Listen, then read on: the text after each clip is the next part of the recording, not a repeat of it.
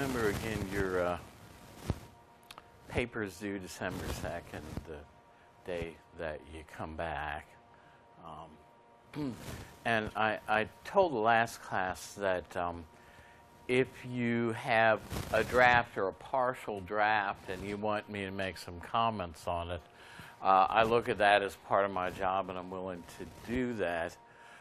What I suggested they do, and it's the same thing. Remember, my Coppin email is not synced to my phone, and I may not be checking it every day during the break. But I gave you that other email, vmorowski001@gmail.com. That's in the syllabus. And you want, if you're going to send me a draft or part of a draft, or even if it's a topic, if you're right at the beginning, send it as they want you to do to the official Coppin email, right? Use your Coppin email, but also kick out a copy to my Gmail address, and you get a much quicker turnaround that way in terms of a response. But I'd be happy to look at a draft or a term paper topic or answer questions on it. So I guess we are going to have class Monday then. I mean, we're supposed to. There's been some confusion. I'm getting conflicting things about when you all need to be out of the dorm, but if it's Tuesday, then I guess we will have class Monday. But we're gonna focus on a video introducing where we're going next, which is the moral theory of utilitarianism. But we saw for Sartre, even though he thinks there's no pre-existing morality, basically his number one no-no is don't act in bad faith, mauvais foi, in the French. Here, I'll start a roll. And acting in bad faith, then, is an attempt on our part, okay, if folks could, if you're taking notes or following along on your phone with something connected with what I'm doing here, fine. If you're not, if you're texting your friends, I ask you to put your phone away and pay attention. All right, so to act in bad faith, then, is to in some way pretend we're not free and we're not responsible for our decisions. So Sartre says we may try to escape our responsibility as free persons and the anguish it produces by pretending that we're not free. But this is what he calls being in bad faith. And we're in bad faith if we pretend that our decisions are determined by others around us, by our sociological conditions, by our family conditions, even by genetics, or by a pre-existing morality. So for Sartre, then, this is a bad thing for us to do, to be in bad faith, to pretend we're not free. Well, Sartre talks about two types of existence, être en soi and être pour soi. And en soi existence for him is the existence of inanimate things like rocks and trees. And for Sartre, these things really are governed by the laws of nature, just like scientists and just like people like the Holbach say. That's for être en soi, being in itself. But etroporswa is the existence status for him of human beings. It is the existence status of free human beings who can make their own choices, determine their own future, and so what he's saying, to go back one slide, is if we pretend we are determined things, we're in bad faith, and we're claiming that we are being in itself rather than being for itself. So we're, in a sense, denying our human freedom. So we're not focusing. Okay, this article also is very relevant to Sartre's own relativistic ethical views, and we're not focusing on those. But Sartre basically says we don't have moral guidance from within us or from without us, from outside of us. Basically, what we need to do when confronted with a moral dilemma is just simply make a choice. He gives an example. Remember, he's writing right after World War II. He gives an example of a student who comes to him, or came to him, during the war when the Nazis were occupying France. And here was the student's moral dilemma. The father had been ostracized from the family because he was a Nazi collaborator. He was all his mother had left. There weren't, I guess, other close relatives. And so he felt a real responsibility, this student did, to kind of take care of the needs of his mother. So that's his A option. That's one thing he was contemplating doing. But he also felt that he had a moral responsibility to his land and his country. And he's saying, well, should I, rather than stay here with my mother, should I flee France, try to join up with the Free French forces who are organizing in England for eventually invading France and trying to liberate it from the Nazis? So what is my moral obligation here? And for Sartre, there is no moral guidance anywhere. He says this is part of the consequences for him of maintaining that God does not exist. He opposes moralists who suppress God yet affirm universal values. For Sartre, if God is gone, gone also is any possibility of finding the good morally, either in God's person or God's commands or in something like a Platonic heaven of ideas. There just is no place where absolute moral principles lie for Sartre. So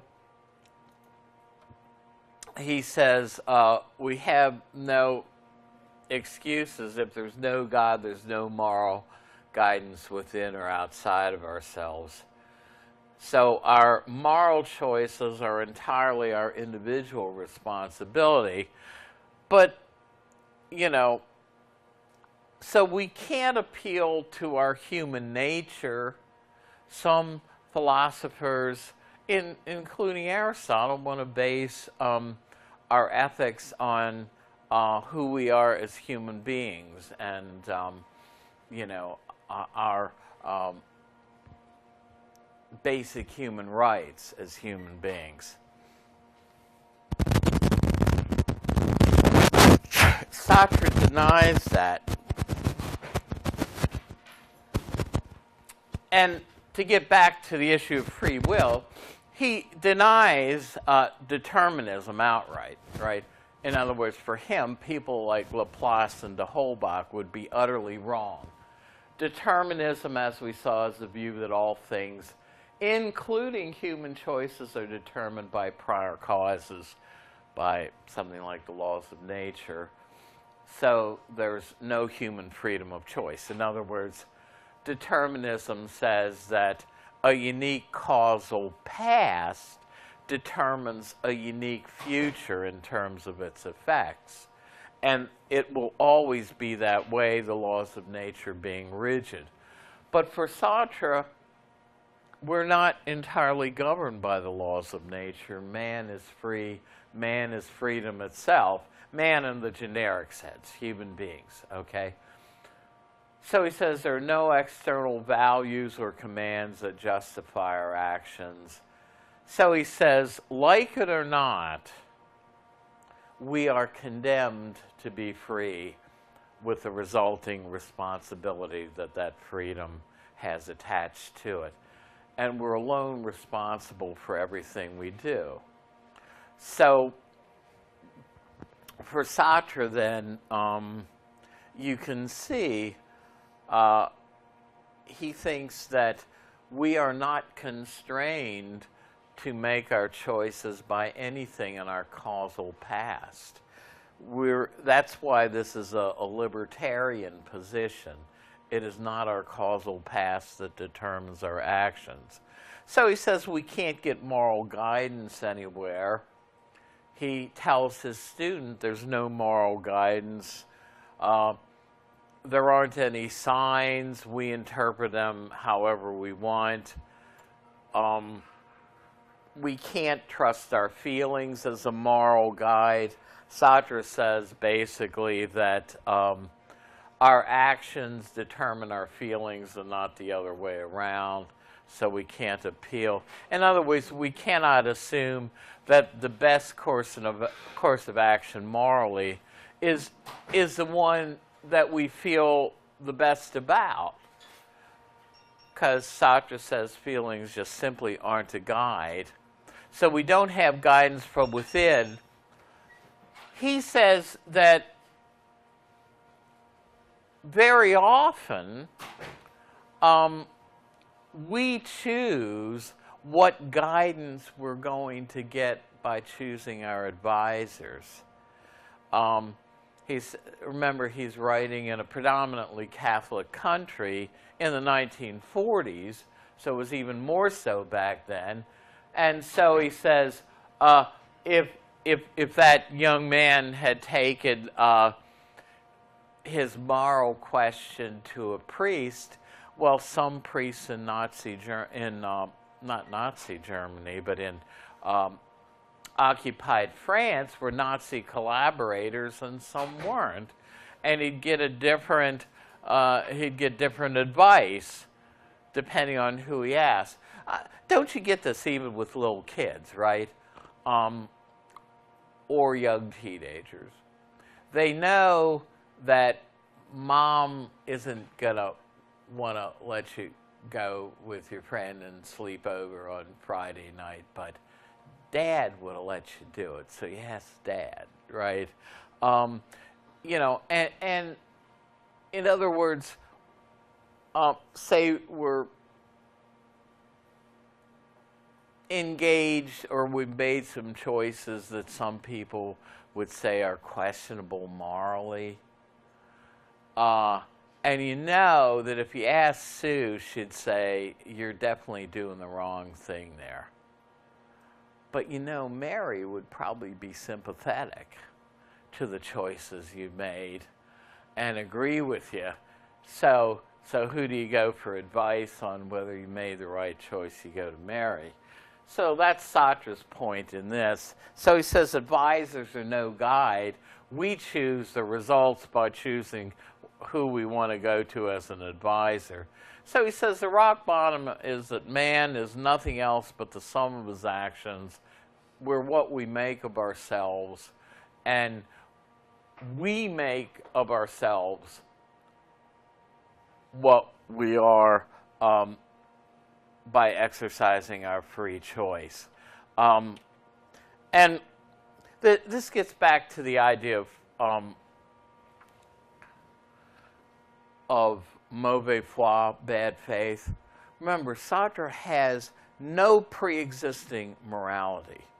He has no pre-existing morality from which he could judge, say, a gay lifestyle as being any worse morally than any other sexual preference.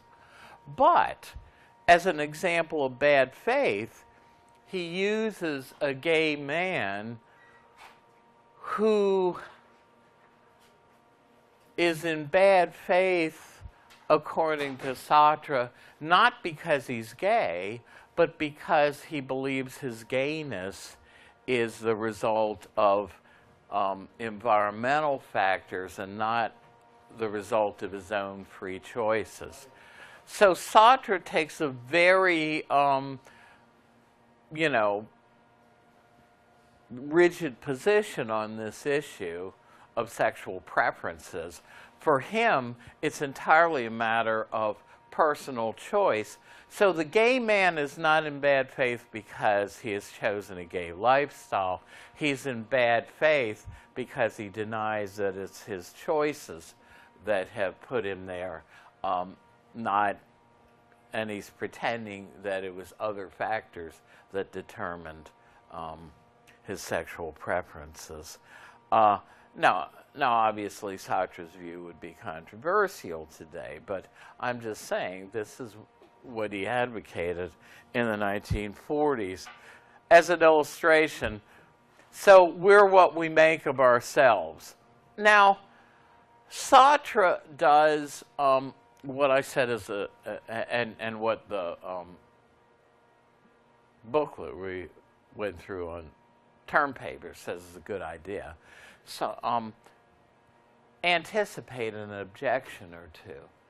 So Sartre says, look, some may claim that our choices are limited in many ways. For instance, I can't just indiscriminately walk across North Avenue, not paying attention to traffic, right? I can't fly without some mechanical aid, right? I can't, if those windows opened, I couldn't jump off, flap my arms and fly. I can't drink deadly poison and survive, like cyanide or strychnine, right? Now see, here's where, from my perspective, Sartre basically gives the game away. When I told you I took a graduate seminar in this, and my graduate professor, when we were reading Sartre, was saying, well, where's the body in all this? In other words, Sartre wants to say our choices are so free that nothing about us physically conditions them. But isn't he saying here that there are certain things about our physical bodies that determine and limit our choices? Sartre calls this our facticity. This is another made-up existentialist word.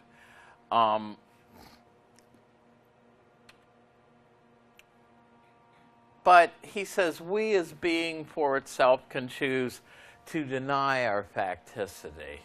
Now, here I think Sartre's argument is particularly bad. He basically misses the point. This is a fallacy that we teach people about in Logic 1.0.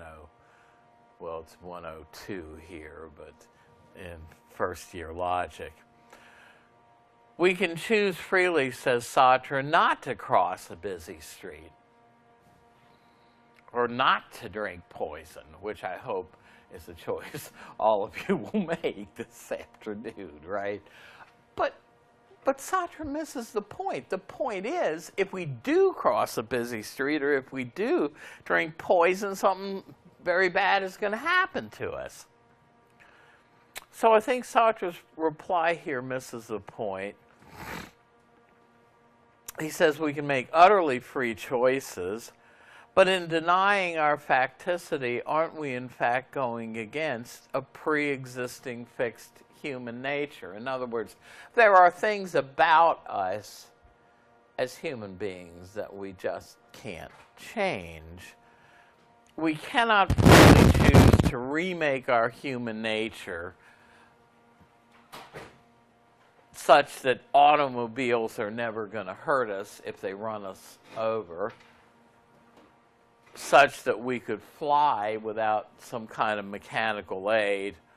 Or now with the latter one, you can remake yourself to a degree, right? I mean, a lot of people, if they drank a fifth of scotch in an afternoon, would be in the emergency room.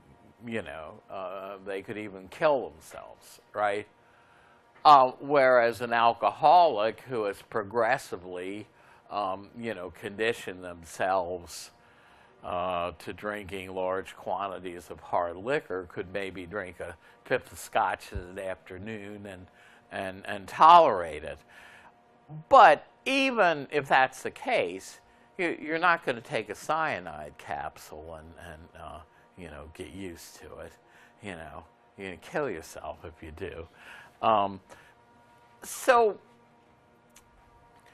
in other words, as much as Sartre wants to totally liberate us from our, bodily status as human beings, I don't think he quite does it. I think, frankly, Plato and Aristotle had a better, more realistic position on our choices and our moral choices than I think Sartre did. Remember, both for Plato and for Aristotle, to keep in subjection the desires of our lower nature often means going against our natural tendencies. We have to fight against what our body would want us to do. So it's not real easy, to walk the moderate mean for Aristotle. We have to do that sometimes against nature. I want to be more courageous. I need to go in and ask my boss for that raise, but my nature is fearful and I don't want to. I got to work against it to do that, And it's a pretty easy point to see with, temperance, right, self-control, that our nature wants to have that second piece of pie, we have to work against it. But for Sartre, it seems like, well, we just can make these free choices. It doesn't matter what our bodies do. So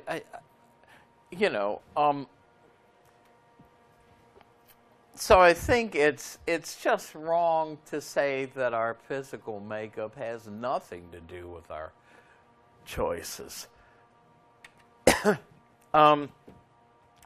So others can limit our choices. He's not real great here, right? When they do, they treat us as objects, as things. We need to resist them to regain our bourgeois freedom. If drivers resist, this to me is a ridiculous suggestion, right? You're trying to cross North Avenue in the middle of traffic and somebody's honking at you because you're in front of them, and you're crossing against the light. If drivers resist our crossing the street, as if we were just a thing in our way, we should bang on their hoods to gain their attention and our recognition of us as bourgeois beings. Yeah, okay, So Sartre, if others won't listen to us, our choices are still limited, especially if they decide to just run us over in the road. In other words, I think Sartre makes us to be a little too free.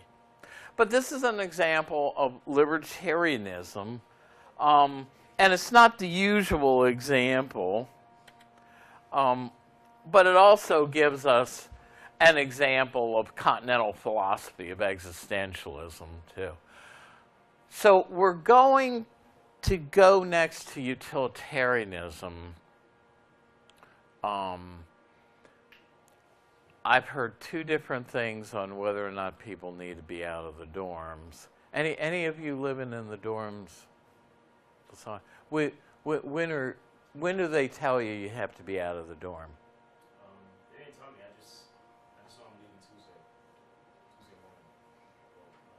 All right, but people can be in their dorms. Some people are staying in there on the break because they're international. Yeah, but I mean, right. But they're paying extra to do it. But I mean, you're not charged extra if you stay till Tuesday. Is that correct? I think so. It. I'm not. I think it will be like Tuesday. Yeah, that's what I thought. So a student in my 10 o'clock class thought everybody had to be out of here Monday. So we'll have class Monday. I'm going to show a video on utilitarianism, right? None of us wants to work particularly hard Monday. So we're going to come in and watch a video,